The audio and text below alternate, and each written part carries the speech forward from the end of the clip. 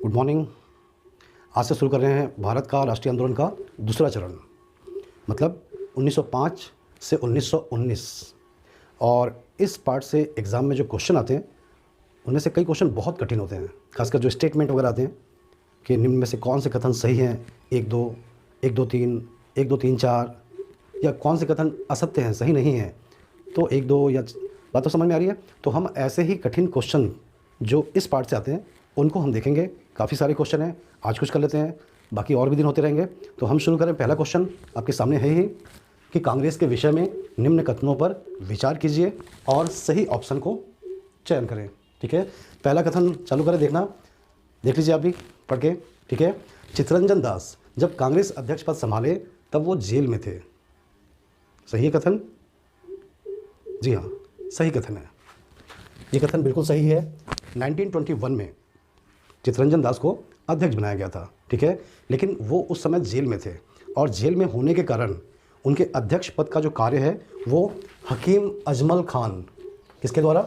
हकीम अजमल खान के द्वारा पूरा किया गया। तो चित्तरंजन दास जब जेल में थे तो उस समय उनको अध्यक्ष बनाया गया और वो जेल में होने के कारण उनके अध्यक्ष पद का जो कार्य है वो किसके द्वारा किया गया? हकीम अजमल खान के द्वारा किया गया। फिर 1922 में जब वो जेल से रिहा हो चुके थे तो चित्तरंजन दास को दोबारा अध्यक्ष बनाया गया 1922 के गया अधिवेशन में, और उस समय जेल से बाहर थे तो अध्यक्ष पद पे भी काम किए। और इसी समय क्या हुआ, स्वराज पार्टी और चुनाव लड़ने को लेकर कांग्रेस में मतभेद हुआ। इस कारण चित्तरंजन दास को अपने पद से इस्तीफा देना पड़ा। तो पहला स्टेटमेंट सही है। दूसरा स्टेटमेंट देखें हम, A.O. ह्यूम प्रथम ब्रिटिश थे जो कांग्रेस के अध्यक्ष बने। कथन सही है क्या? जी नहीं, कथन ये गलत है। बात समझ में आ रही है? तो फिर पहला अध्यक्ष कांग्रेस का कौन था? कल की क्लास में मैं बताया था आपको, वो थे कौन? George Yule. जॉर्ज यूले ये पहले ब्रिटिश थे जो कांग्रेस के अध्यक्ष बने। दूसरे कौन थे? William Wedderburn.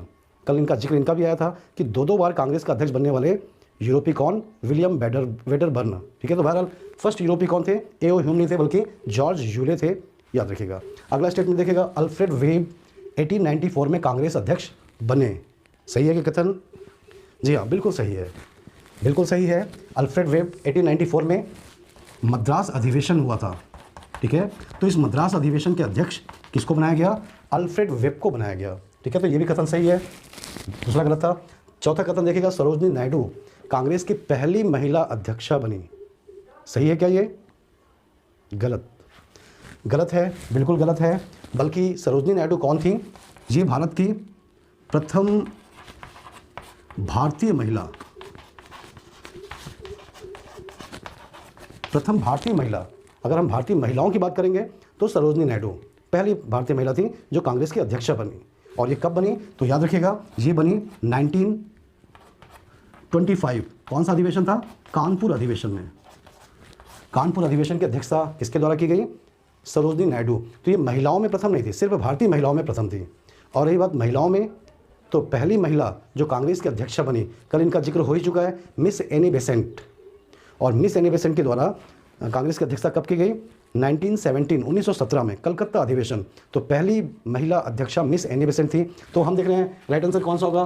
पहला सही है, दूसरा गलत है, तीसरा सही है, चौथा गलत है। 1 और 2 ये सही आंसर है और इसमें ऑप्शन है डी, ये सही आंसर है। बात समझ में आ रही है? तो आप इनको नोट कर लीजिए या स्क्रीनशॉट ले लीजिए। तो अगला क्वेश्चन देखें, निम्न घटनाओं को सही क्रम दीजिए। और घटनाएं लिखी, बंगाल विभाजन, मुस्लिम लीग का गठन, और ये सारी घटनाएं किस क्रम में? 2 1 3 4 कि 4 1 2 3 कि 1 2 3 4, सही क्रम बताइए। ठीक है, तो हम सबसे पहली घटना देखते हैं, बंगाल का विभाजन। बंगाल का विभाजन कब हुआ? तो याद रखिएगा, बंगाल का विभाजन कब हुआ? 16 अक्टूबर 1905। एग्जाम में कई बार पूछा गया है कि बंगाल विभाजन की घोषणा किसने किया? याद रखिएगा, किसके द्वारा की गई घोषणा?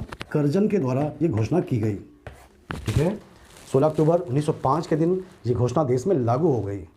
एग्जामों में पूछा जा सकता है इसी डेट को, कौन सी डेट को? 16 अक्टूबर को ही, कि बंगाल में राखी दिवस कब मनाया गया? तो बंगाल विभाजन के विरोध में रविन्द्रनाथ टैगोर के द्वारा 16 अक्टूबर के दिन को राखी दिवस मनाने का अपील किया गया।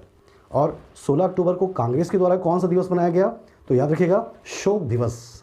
तो याद रखिएगा 16 अक्टूबर के दिन राखी दिवस भी और साथ में शोक दिवस भी किसके द्वारा अपनाया गया, मनाने की घोषणा की गई? कांग्रेस के द्वारा। ठीक है, तो ये बंगाल विभाजन की जो घोषणा की गई थी, क्या आप जानते हैं बंगाल कितना बड़ा राज्य था उस समय? अंग्रेजों ने, खासकर लॉर्ड कर्जन ने बताया कि बंगाल को क्यों बांट रहे हैं? प्रशासनिक कुशलता के लिए। भाई प्रशासनिक कुशलता, क्योंकि वाकई बंगाल इतना बड़ा राज्य था कि आप अंदाज़ लगाइए कि आज का पूरा पश्चिम बंगाल, साथ में बांग्लादेश भी उसमें जोड़ लीजिए, साथ में उसमें बिहार, झारखंड और उड़ीसा को भी जोड़ लीजिए। बात समझ में आ रही है? बांग्लादेश, पश्चिम बंगाल, बिहार, झारखंड, उड़ीसा, ये पूरा का पूरा उस ज़माने में बंगाल राज्य था। आप अंदाज़ा लगाइए कितना बड़ा राज्य। तो प्रशासनिक कुशलता के नाम पर बंगाल को 2 भागों में बांटा गया, एक पूर्वी बंगाल और एक पश्चिमी बंगाल। आगे चलकर 1911 में क्या हुआ कि इसमें से बिहार और उड़ीसा को भी अलग कर दिया गया। तो जो बताया गया वो गलत नहीं था, लेकिन जिस तरीके से अंग्रेज़ों ने बंगाल का विभाजन किया पूर्वी पश्चिमी, इस तरीके से किया कि एक जगह मुस्लिम, एक जगह हिंदू अल्पसंख्यक हो जाएं, ताकि दोनों को लड़ाकर अंग्रेज अपनी फूट डालो और राज करो की नीति को अच्छे से लागू कर सकें। तो ये याद रखिएगा, बंगाल का विभाजन कब हुआ था? 1905। ठीक है, किसके द्वारा किया गया? Lord Curzon. दूसरा स्टेटमेंट का क्या है? मुस्लिम लीग का गठन। ये कब हुआ? ठीक है, तो ये हुआ, ये तो पहला हो गया। दूसरा हम देखते हैं मुस्लिम लीग का गठन, याद रखिएगा कहाँ पर, कब हुआ था? 1906 में। किसके द्वारा कहाँ पर हुआ था? ढाका, बांग्लादेश की राजधानी ढाका। और किसके द्वारा किया गया? तो 2 नाम का जिक्र आता है, एक है आगा खान और एक नाम आता है सलीमुल्लाह खान के द्वारा किया गया। ठीक है, जब एक्चुअल में ये मुस्लिम लीग का गठन भी अंग्रेज़ों के द्वारा ही करवाया गया था। क्यों? ताकि हिंदू और मुसलमानों में जो खाई है उसको और चौड़ा किया जाए। तो ऐसे कुछ मुस्लिम नेताओं को उन्होंने पकड़ के मुस्लिम लीग का गठन करवाया, और इन्हीं के माध्यम से आगे चलकर हम देखेंगे कि मुसलमानों को कम्युनल इलेक्शन का अधिकार भी दिला दिया, सांप्रदायिक निर्वाचन प्रणाली का अधिकार भी दिला दिया। तो खैर, कब हुई थी स्थापना इसकी? 1906 में। तीसरा लिखा हुआ है कौन सा? भारत में सहकारिता की शुरुआत। भारत में, इसको एग्जाम में पूछा जा सकता है कभी भी। क्यों? क्योंकि देखिएगा, ऐसा पूछेगा भारत में कोऑपरेटिव मूवमेंट की शुरुआत कब हुई, भारत में सहकारिता आंदोलन की शुरुआत कब हुई। तो इसके बारे में याद रखिएगा कि इसकी शुरुआत 1904 में हुई। किस गवर्नर जनरल के समय में? तो याद रखिएगा कर्जन के समय में। और लॉर्ड कर्जन के समय में प्राथमिक साख समितियों के गठन की बातें की गई, स्थापित की गई प्राथमिक साख समितियां। और ये प्राथमिक साख समितियों को क्यों गठित किया गया था, क्यों स्थापित किया गया? ताकि किसानों को कम ब्याज दर पर कृषि संबंधी लोन दिया जा सके। तो यहीं से भारत में कोऑपरेटिव मूवमेंट की शुरुआत हुई। आप अच्छे से याद कर लीजिएगा, यहाँ से क्वेश्चन आ सकते हैं। और चौथा स्टेटमेंट क्या है? तिलक जी को 6 वर्ष की कारावास। देखिए, तिलक जी को 2 बार जेल हुआ। एक बार 1898 में, ठीक है, जब चापेकर बंधुओं के द्वारा पूना के रैंड और आर्यस्ट को गोली से मार दिया गया था, प्लेग फैलने के कारण जो मिस मैनेजमेंट उन लोगों ने किया, तो चापेकर बंधुओं ने क्या किया? 2 अंग्रेजों को मार दिया था। तो उनको उस केस में तिलक जी को भी 18 माह की सज़ा हुई। याद रखिएगा, वो सज़ा 18 माह की थी। तो ये 6 वर्ष की सज़ा तो ये हुई थी कब? जब देश में स्वदेशी आंदोलन चल रहा था। और स्वदेशी आंदोलन के नेता कौन थे? देखा जाए तो तिलक जी थे। लाल बाल पाल में मुखिया कौन? बाल गंगाधर तिलक। ठीक है, तो इसी आंदोलन के दौरान केसरी नाम के न्यूज़पेपर में, तिलक जी का ही न्यूज़पेपर था वो केसरी, उसमें कुछ इन्होंने आर्टिकल छापा। तो उसी आर्टिकल के तहत तिलक जी के ऊपर राजद्रोह का मुकदमा चलाकर सजा दे दी गई। याद रखिएगा, राजद्रोह, न कि देशद्रोह। अब ये राजद्रोह क्या है, देशद्रोह क्या है? ठीक है, इसके बारे में आप कमेंट करिए। नहीं तो आगे चलकर जब संविधान की क्लास होगी तो दोनों में डिफरेंस आपको बताया जाएगा कि राजद्रोह क्या है और देशद्रोह क्या है, दोनों में अंतर है। तो इनके ऊपर देशद्रोह नहीं, राजद्रोह का केस लगाया गया और 6 साल की सज़ा देकर, ठीक है, कहाँ भेज दिया गया? मांडले जेल भेज दिया गया। तो कब की बात है ये बात है 1908 की। 6 साल की सज़ा, मतलब 8 और 6 कितना होता है? 14। 8 से लेकर 14 तक ये जेल में रहे। कौन से जेल में? मांडले जेल। मांडले जेल कहाँ पर है? तो ये एग्ज़ाम में पूछा जा सकता है। और ये कहाँ पर है? म्यांमार, जिसको पहले बर्मा कहते थे, आज म्यांमार कहते हैं, यहाँ पर स्थित है मांडले। याद रहेगा सभी को। और ये भी एग्ज़ाम में ज़रूर पूछा जा सकता है कि इस मांडले जेल में तिलक जी के द्वारा कौन सी बुक लिखी गई। ठीक है, तो याद रखिएगा, तिलक जी के द्वारा पहली बुक है गीता रहस्य।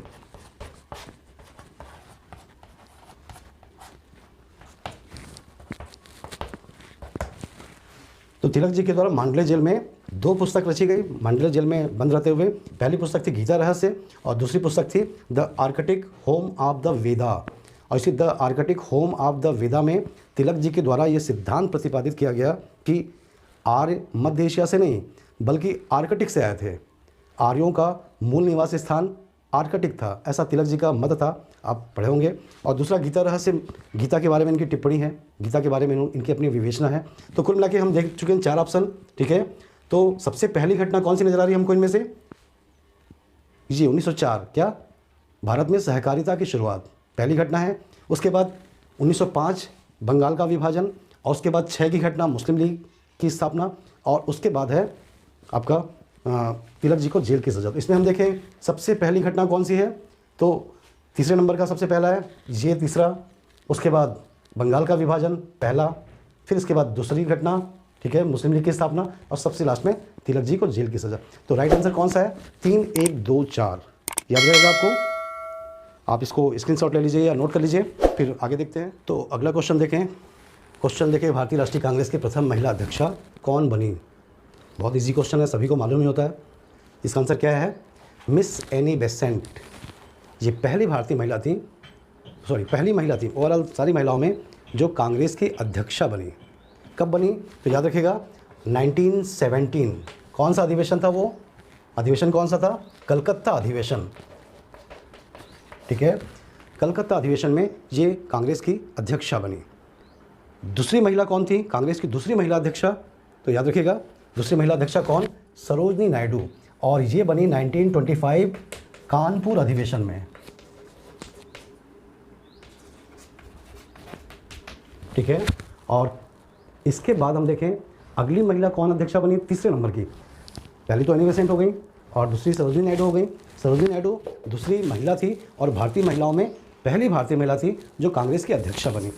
लेकिन तीसरी महिला कौन जो कांग्रेस की अध्यक्षा बनी? तो याद रखिएगा तीसरी महिला थी, तीसरी महिला का नाम यहाँ लिख दे रहा हूँ, वो थी नीली सेन गुप्ता, श्रीमती नीली सेन गुप्ता। और ये कौन से अधिवेशन में कांग्रेस की अध्यक्षता की? तो याद रखिएगा 1933। और ये 33 का अधिवेशन कहाँ पर हुआ था? तो याद रखिएगा कलकत्ता अधिवेशन। अब तो कोलकाता कहा जाता है, पहले के समय कलकत्ता ही कहते थे। तो कलकत्ता अधिवेशन में नीली सेन गुप्ता, और ये महिलाओं में तीसरी महिला थी जो कांग्रेस की अध्यक्षा बनी, ठीक है। आज़ादी के पहले तक, बस समझ में आ रही? आज़ादी के बाद हम देखें 2 महिला और भी अध्यक्षा बनी, एक तो श्रीमती इंदिरा गांधी और दूसरी कौन थी? श्रीमती सोनिया गांधी। तो कुल मिला के तब से लेकर आज तक कांग्रेस में 5 बार महिलाएं अध्यक्ष बनी हैं। आज़ादी के पहले 3 बार और आज़ादी के बाद 2 बार, ठीक है। तो आप इन तीनों का नाम याद रखिएगा, ठीक है। नीली सेन गुप्ता का नाम भी याद रखिएगा आप। इसके बाद हम देखें विजयलक्ष्मी पंडित की बात करें, ये कौन थी? ये नेहरू जी की इकलौती बहन थी। बात समझ में आ रही है? देखोगे सोशल मीडिया में बहुत सारी फ़ोटो आती है, खासकर नेहरू जी को बदनाम करने के लिए काफ़ी अयाज थे एक महिला के साथ गले में ऐसे। तो वो महिला कोई और नहीं, उनकी बहन थी। लोग उनको बदनाम करने के लिए, यहाँ जानता कौन है कि उनकी बहन भी हैं। तो विजयलक्ष्मी पंडित नेहरू जी की बहन थी और सगी बहन थी। और इनको ये कौन है वैसे देखा जाए तो ये बनी कौन? प्रथम भारतीय महिला। किस मामले में? किस मामले में प्रथम भारतीय महिला? तो याद रखिएगा राजदूत। पहली भारतीय महिला जो राजदूत बनी कौन? विजयलक्ष्मी पंडित। और किस देश में इनको राजदूत बनाया गया? तो याद रखिएगा रूस में इनको राजदूत बनाकर भेजा गया। याद रहेगा सभी को? पहली भारतीय महिला जो राजदूत बनी रूस में बनी विजयलक्ष्मी पंडित, जो कि नेहरू जी की बहन भी थी। एक नाम और दिख रहा है सुचेता कृपलानी। आप नाम सुनेंगे आचार्य जे.बी. कृपलानी का। आचार्य जे.बी. कृपलानी आज़ादी के समय कांग्रेस का अध्यक्ष कौन था? कृपलानी जी। और कृपलानी जी को, जे.बी. कृपलानी को क्या कहा जाता है? Grand old man. किसका? भारत का नहीं बल्कि भारतीय राजनीति का। भारत का ग्रैंड ओल्ड मैन दादा भाई नौरोजी, ठीक है। पूरी दुनिया का ग्रैंड ओल्ड मैन, कल बता चुका इन सब के बारे में, ग्लैडस्टोन को कहा गया है, और भारत का दादा भाई नौरोजी को। तो फिर जे.बी. कृपलानी को क्या कहा गया है? भारतीय राजनीति का grand old man, the grand old man of the Indian politics, JB. Kripalani. तो उन्हीं की वाइफ थी सुचेता कृपलानी। और ये कौन थी, क्या बनी? तो याद रखिएगा पहली महिला किस मामले में? मुख्यमंत्री। कहाँ पे मुख्यमंत्री बनाया गया इनको? तो याद रखिएगा, इनको बनाया गया यूपी में। कब? तो याद रखिएगा 1947 से 49 के बीच में। बात समझ में आ रही है? तो सुचेता कृपलानी पहली भारतीय महिला जो चीफ मिनिस्टर बनी, ठीक है। और सरोजनी नायडू की बात भी है यहाँ पे, तो ये पहली भारतीय महिला थी आज़ादी के बाद में जो महिला राज्यपाल बनी, ठीक है। सरोजनी नायडू पहली भारतीय महिला जो राज्यपाल बनी, सुचेता कृपलानी महिला मुख्यमंत्री। तो देखिएगा अगला क्वेश्चन, और अगला क्वेश्चन, निम्नलिखित कांग्रेस अध्यक्षों को समय अनुसार क्रम दीजिए। मतलब वो जब कांग्रेस अध्यक्ष बने तो पहले कौन, फिर कौन, फिर कौन, इनका सही क्रम पहचानिए। तो हम देखें महात्मा गांधी, देखना चालू करें। महात्मा गांधी कब कांग्रेस के अध्यक्ष बने? तो याद रखिएगा 1924। कब बने? 1924 में। कहाँ पर? वो जगह थी बेलगांव। एग्ज़ाम में पूछा जा सकता है कि बेलगांव कहाँ पर है, तो याद रखिएगा बेलगांव महाराष्ट्र में है, ठीक है। और गांधी जी कांग्रेस में सिर्फ एक ही बार अध्यक्ष बने। कब? 1924 बेलगांव अधिवेशन में, ठीक। इसके बाद दूसरा नाम दिया हुआ जवाहरलाल नेहरू जी का। तो नेहरू जी कांग्रेस में एक बार नहीं बल्कि आज़ादी के पहले की बात करें तो 3 बार कांग्रेस के अध्यक्ष बने। पहली बार हम देखें कब बने थे, ये थे 1929। यह अधिवेशन कहाँ हुआ था? लाहौर में। और नेहरू जी को कांग्रेस का अध्यक्ष बनाया गया। और इस अधिवेशन की खास बात जो एग्ज़ाम में पूछी जाती है, पूछी जाती रहेगी, कि कांग्रेस के मंच से पहली बार पूर्ण स्वराज या पूर्ण स्वतंत्रता भी कह सकते हैं, पूर्ण स्वराज को लक्ष्य किस अधिवेशन में घोषित किया गया? कौन सा अधिवेशन? लाहौर अधिवेशन। कब हुआ था? 1929, ठीक है। और इसके अध्यक्ष कौन थे? नेहरू जी। और इसी लक्ष्य के अनुरूप ये तय किया गया कि 26 जनवरी 1930 को पूरे देश में स्वराज दिवस मनाया जाएगा। स्वराज दिवस, पूर्ण स्वराज दिवस मनाया जाएगा, ठीक है। और फिर पूरे देश में तिरंगा झंडा 26 जनवरी के दिन फहराया गया। तिरंगा झंडा फहराया गया, पूर्ण स्वराज दिवस। तो ये तिरंगा झंडा आज का तिरंगा झंडा नहीं, तीनों रंग ज्यों के त्यों थे। बस अंतर ये है कि आज हमारे राष्ट्रीय झंडे में बीच में चक्र होता है, तो उस समय के तिरंगे झंडे में बीच में क्या था? चरखा, ठीक है। और ये कांग्रेस का झंडा था। तो 26 जनवरी 1930 को पूरे देश में पूर्ण स्वराज दिवस भी मनाया गया। तो पहली बार अध्यक्ष बने 1929 में। दूसरी बार कब बने? तो याद रखिएगा 1936, 1936 में। कहाँ पर? लखनऊ में। लखनऊ अधिवेशन की अध्यक्षता इन्होंने की। और तीसरी बार कांग्रेस अध्यक्ष ये कब बने? तो याद रखिएगा 1937। कहाँ पर? फैजपुर। फैजपुर, इसको एग्ज़ाम में ज़रूर पूछेगा। कभी पूछा तो नहीं है लेकिन कभी ना कभी ज़रूर पूछेगा। क्या? कि भारत का कौन सा अधिवेशन ऐसा पहला था जो किसी गांव में हुआ। मतलब कांग्रेस का ऐसा पहला अधिवेशन जो किसी गांव में किया गया, और वो गांव कौन सा था? फैजपुर। फैजपुर कौन से राज्य में है? तो याद रखिएगा महाराष्ट्र में है। और इसके अध्यक्ष किसको बनाया गया था? नेहरू जी को, ठीक है। तो हम देखते हैं नेहरू जी 3 बार कांग्रेस के अध्यक्ष बने, 29, 36, 37। और आज़ादी के बाद भी हम देखें तो आज़ादी के बाद भी 1951 से लेकर 1956 तक लगातार कांग्रेस अध्यक्ष बने रहे। तो कुल मिला के नेहरू जी का समय देख लीजिए। इसके बाद सरदार पटेल की बात करें तो सरदार पटेल कांग्रेस अध्यक्ष बने कब? 1931। और वो कौन सा अधिवेशन था? कराची अधिवेशन। और ख़ास बात क्या थी इसमें? 2 खास बात थी कराची अधिवेशन की। तो पहली खास बात क्या थी कि इसमें मौलिक अधिकारों का प्रस्ताव पारित किया। जरूर एग्ज़ाम में पूछ सकता है, याद रखिएगा कि कांग्रेस के कौन से अधिवेशन में मौलिक अधिकारों का प्रस्ताव पास किया गया। कौन सा अधिवेशन था? कराची अधिवेशन, ठीक है। तो मौलिक अधिकारों का प्रस्ताव। और दूसरी खास बात क्या थी कराची अधिवेशन की? याद रखिएगा, इसको भी ज़रूर एग्ज़ाम में पूछ सकता है, एग्ज़ाम के लिए बहुत महत्वपूर्ण है कि कांग्रेस के कौन से अधिवेशन में गांधी जी का विरोध किया गया। न केवल विरोध किया गया बल्कि विरोध स्वरूप उनको काले झंडे भी दिखाए गए। कौन सा अधिवेशन था? कराची अधिवेशन। याद करिए 1931 कौन सा वर्ष है? भगत सिंह की मृत्युदंड की सज़ा हुई थी, फांसी पे चढ़ा दिया गया उनको। तो इस कारण देश भर के युवाओं में बहुत आक्रोश था, खासकर कांग्रेस को लेकर कि भाई कांग्रेस आखिर भगत सिंह की माफ़ी की सज़ा क्यों नहीं दिलवा पाई। तो यही कारण है जब गांधी जी अधिवेशन में पहुँचे तो वहाँ के युवाओं के द्वारा इनको काले झंडे दिखाए गए और गांधी जी का विरोध किया गया। तो खैर सरदार पटेल कब अध्यक्ष बने? 1931। और चौथा नाम लिखा सरोजिनी नायडू, बता चुका मैं आपको पहले कि ये कांग्रेस की अध्यक्षा बनी कब? 1925। कौन सा अधिवेशन था?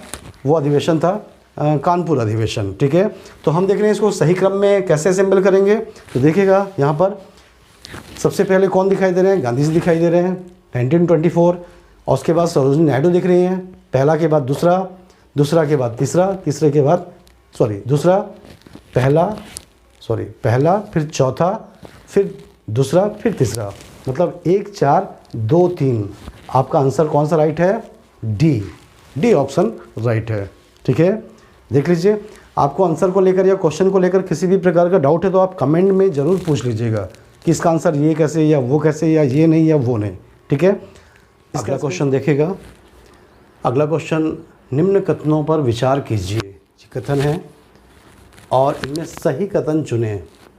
1 3 4, 1 2 3, 1 2 4, सिर्फ 1 2। ठीक है, तो आप कथन को ध्यान दीजिए। भारत में सांप्रदायिक निर्वाचन प्रणाली की शुरुआत 1909 में हुई। बिल्कुल सही है, कथन सही है ना कथन? भारत सरकार अधिनियम 1909, जिसको मार्ले मिंटो सुधार भी कहा गया, और इस सुधार कर लें या अधिनियम कर लें 1909 का अधिनियम, इसकी सबसे बड़ी खास बात क्या थी कि इसमें सांप्रदायिक निर्वाचन प्रणाली को लागू किया गया। और ये अधिकार सबसे पहले किसको दिया गया? मुसलमानों को दिया गया। ठीक है, मुसलमानों के लिए चुनावी क्षेत्र रिजर्व किए गए पहली बार, और सिर्फ मुसलमान, बाकी हिंदू या सिख और बौद्ध बाकी किसी के लिए नहीं, सिर्फ मुसलमानों को ये अधिकार दिया गया।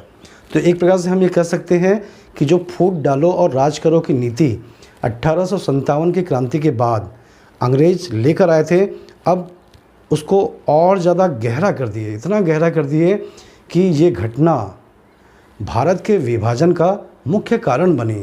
तो दूसरे शब्दों में हम ये भी कह सकते हैं कि भारतीय क्षेत्र के बंटवारे का बीजारोपण कौन सी घटना से? 1909 के अधिनियम के सांप्रदायिक निर्वाचन प्रणाली से, कम्युनल इलेक्शन सिस्टम से। याद रहेगा सभी को।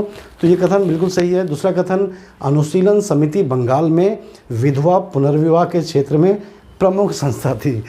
जी नहीं, अनुशीलन समिति जो है वो एक क्रांतिकारी संस्था थी। मतलब जो स्पेशली बंगाल में जगह जगह अंग्रेज़ों को टारगेट करके अंग्रेज़ों से आज़ादी की लड़ाई लड़ रही थी। तो अनुशीलन समिति जो है वो एक क्रांतिकारी संस्था थी। ठीक है, आप भी नोट कर लीजिएगा। इसकी स्थापना जो है 1907 में किसके द्वारा? पी मित्रा जी के द्वारा की गई। पी मित्रा, नाम तो नहीं सुनेंगे आप, पहली बार सुने होंगे, पी मित्रा। लेकिन इस समिति को पॉपुलर करने का बहुत ज़्यादा, याद रखिए, ये बंगाल की सबसे प्रमुख समिति थी, खासकर क्रांतिकारी आंदोलन में। ठीक है, तो इसको इतना ज़्यादा लोकप्रिय करने में 2 क्रांतिकारियों की बहुत बड़ी भूमिका थी। पहला नाम है इनका, किसका? एक नाम सुने होंगे आप, भूपेंद्र नाथ दत्त।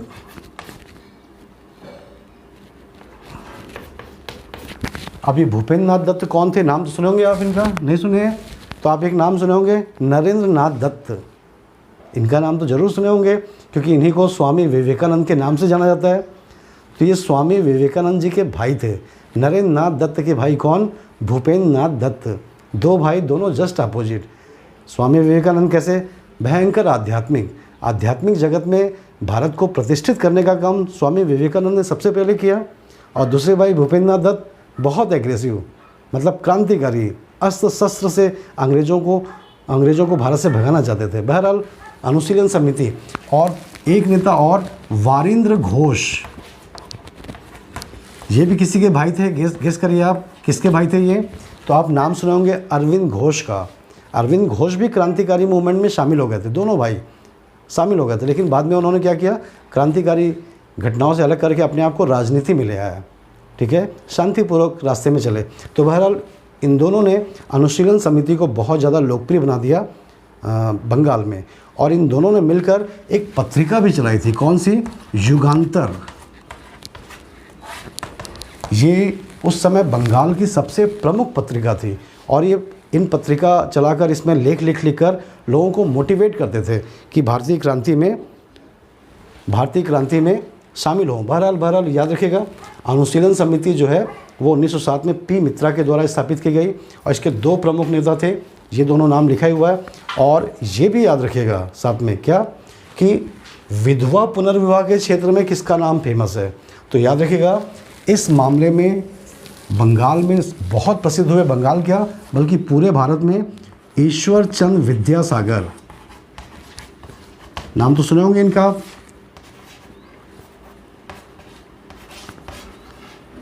और इन्हीं के प्रयासों से क्या हुआ, इन्हीं के प्रयासों से भारत में विधवा पुनर्विवाह को अनुमति मिली। याद करिए, लॉर्ड डलहौजी के द्वारा 1856 में विधवा पुनर्विवाह अधिनियम को भारत में लागू किया गया। कब, 1856 में। तो ये जो लागू किया गया, इसके पीछे किसकी प्रेरणा थी, याद रखिएगा ईश्वर चंद्र विद्यासागर की प्रेरणा काम कर रही थी, ठीक है। और इस मामले में बंगाल के बाहर भी हम देखें तो 2 नाम और ज़्यादा फेमस हुए। एक तो महाराष्ट्र में एक हुए कौन, D.K. कर्वे। कहाँ पर, महाराष्ट्र में D.K. कर्वे, ठीक है। तो महाराष्ट्र में इन्होंने विधवा पुनर्विवाह के क्षेत्र में बहुत काम किया, उनके लिए स्कूल, कॉलेज और दुनिया भर की चीज़ें, ठीक है। और इसी प्रकार से मद्रास, उस समय तो मद्रास राज्य ही था आज़ादी के पहले, मद्रास प्रेसिडेंसी तो वहाँ पर एक नेता थे वीर सिलंगम पुतुल्लू।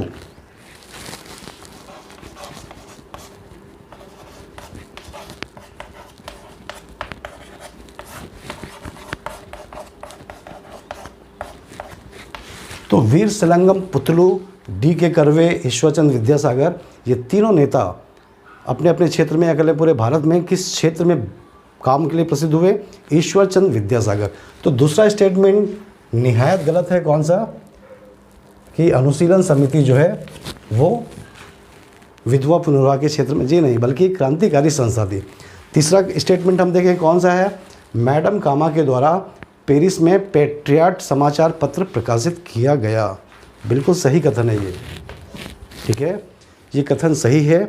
और मैडम कामा की बात करें तो इनका नाम था मैडम भीखाजी कामा। ये एक पारसी महिला थी, बिजनेस फैमिली में इनका घर था बॉम्बे में, और ये फिर यहाँ से यूरोप चली गई। यूरोप में, ब्रिटेन में भी, जर्मनी में भी, फ्रांस में भी, कई जगह, और वहाँ ये बहुत ज़्यादा एक्टिव रही। खासकर भारत में क्रांतिकारी गतिविधियों को अंजाम देने के लिए ये बहुत काम की, ठीक है। इसी कारण मैडम कामा को एक नाम मिला है, याद रखिएगा। मैडम कामा को क्या कहा गया है, तो याद रखिएगा इनको कहा गया है भारतीय क्रांति की माँ।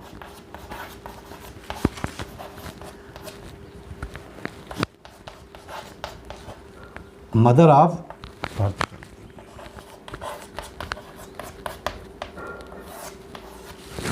भारतीय क्रांति की माँ, मदर ऑफ इंडियन रिवॉल्यूशन किसको कहा गया है, मैडम कामा को कहा गया है। और ये विदेशों में रहकर बहुत इन्होंने क्रांतिकारी गतिविधियों में बहुत काम किया है, ठीक है। तो ये कथन बिल्कुल सही है। चौथा कथन देखिएगा, 1909 के अधिनियम को बनाने में गोखले जी का सक्रिय योगदान था। बिल्कुल सही कथन है ये भी। गोखले जी उस समय गोखले जी कानूनी शिक्षा बहुत अच्छी थी इनकी, और इकोनॉमी के मामले में बड़े मास्टर थे।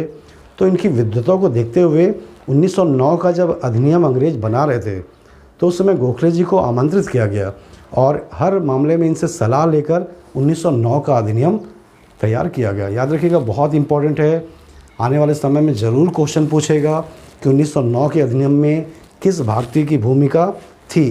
तो याद रखिएगा किसकी भूमिका थी, गोखले जी की। तो खैर हम यहाँ पे ऑप्शन को देखें कि कौन सा कथन सत्य है, चुनना है। तो कथन हमको दिख रहा है एक बस गलत है, 1, 3, 4। तो राइट आंसर कौन सा हुआ, ए। 1, 3, 4 ये कथन सही है। ठीक है, तो आप इसको नोट करें। तो अगला क्वेश्चन देखते हैं, किस आंदोलन के पश्चात कांग्रेस का विभाजन नरम दल और गरम दल में हो गया? स्वदेशी आंदोलन, भारत छोड़ो, असहयोग, खिलाफत। स्वदेशी आंदोलन कब हुआ? ये हुआ 1905 में। भारत छोड़ो कब हुआ? 1942 to 44। असहयोग कब हुआ? 1920 से 22 तक। खिलाफत कब हुआ? 1919 में। ठीक है, तो कौन से आंदोलन से कांग्रेस जो है दो दलों में बढ़ गई, गरम दल, नरम दल? तो इसका आंसर कौन सा है? स्वदेशी आंदोलन। ये स्वदेशी आंदोलन की घटना कब घटी थी? 1905 में। हमको मालूम है बंगाल का विभाजन 1905 में कर दिया गया और इसी के विरोध में कांग्रेस के द्वारा स्वदेशी आंदोलन चलाने का निर्णय लिया गया। ये आंदोलन कहाँ तक रहेगा, मतलब या तो बंगाल में कि पूरे भारत में? इसी को लेकर कांग्रेस दो गुटों में बढ़ गई।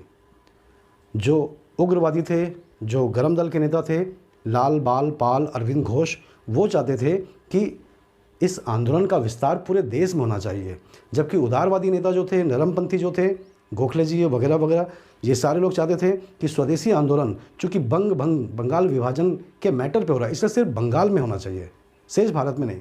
तो इसी विषय को लेकर कांग्रेस जो है दो गुटों में बढ़ गई, नरम दल और गरम दल, उग्रवादी और उदारवादी। बहरहाल जो उग्रवादी गुट था लाल बाल पाल अरविंद घोष का, उन्होंने उदारवादियों की परवाह ही नहीं किया और उन्होंने स्वदेशी आंदोलन अपने बलबूते पूरे देश में चालू कर दिया। और यहीं से हम देखते हैं कांग्रेस दो गुटों में या विभाजन के रास्ते पे निकल पड़ी। और कौन सा आंदोलन हुआ? स्वदेशी आंदोलन। हमको मालूम है कि स्वदेशी आंदोलन बहुत ही महत्वपूर्ण आंदोलन है। भारत का पहला जन आंदोलन था। भारत में जितने भी आंदोलन हुए, जन आंदोलन हुए, उनमें पहला जन आंदोलन स्वदेशी आंदोलन था। एग्ज़ाम में इसको लेकर एक क्वेश्चन जरूर पूछ सकता है कि स्वदेशी आंदोलन के दौरान कौन सा गीत लोकप्रियता पे था, या इसी को उल्टा कर लें कि वंदे मातरम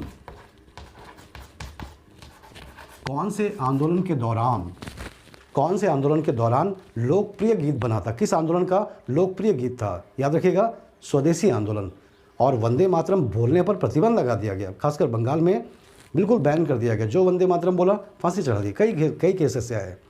और हम देखें स्वदेशी आंदोलन को लेकर क्वेश्चन एक जरूर पूछ सकता है कि कांग्रेस के द्वारा पहली बार कौन से आंदोलन में विदेशी वस्तुओं के बहिष्कार करने का आह्वान किया गया? स्वदेशी आंदोलन 1905 का।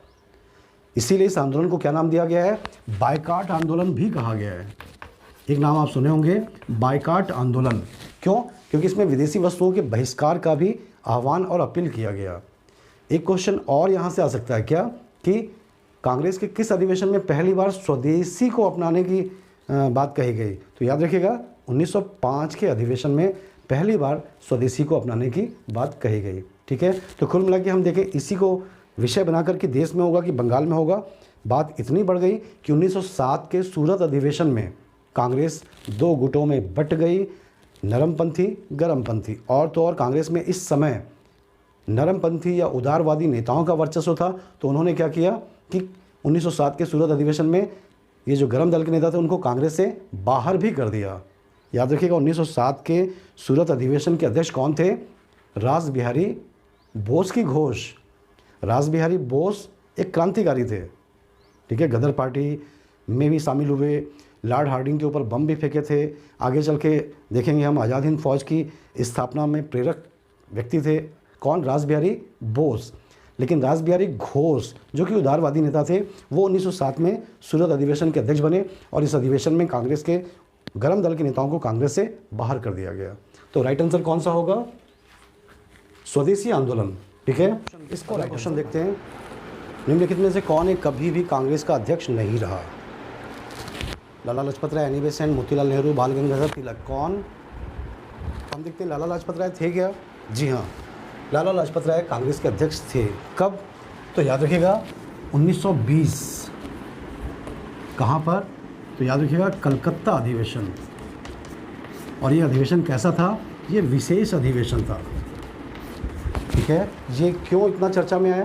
तो याद रखिएगा इस अधिवेशन की खास बात ये थी कि इसी अधिवेशन में गांधी जी के असहयोग आंदोलन के प्रस्ताव को स्वीकृति मिली थी।